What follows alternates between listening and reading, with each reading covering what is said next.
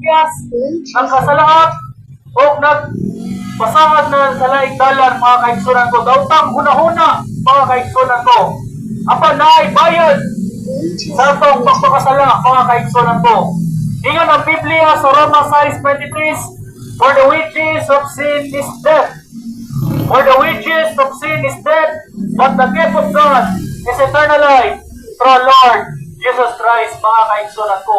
Ang bayad sa itong pagpakasala, mga kamatayon.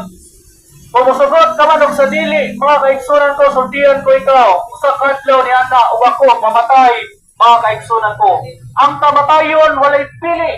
Bata ka man, tiguang, balo, ulitaw, batanon, ang kamatayon maabot ra gyud sa usa ka tawo, mga kaigsunan ko.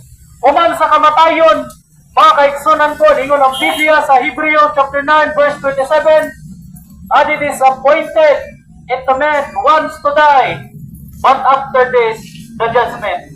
Usa kadlaw ni ana, mga kaigsunan ko, pagka ikaw makahukman sa tubangan sa Dios, mga kaigsunan ko. Mga kaigsunan ko, gigugma ka sa Dios. Ingon ang Biblia sa John 3:16, for God so loved the world that He gave His only begotten Son, that whosoever believeth in Him shall not perish, but have everlasting life. Nagpakamatay si Kristo Jesus, alang kanimo, alang kanako, mga kaigsunan ko.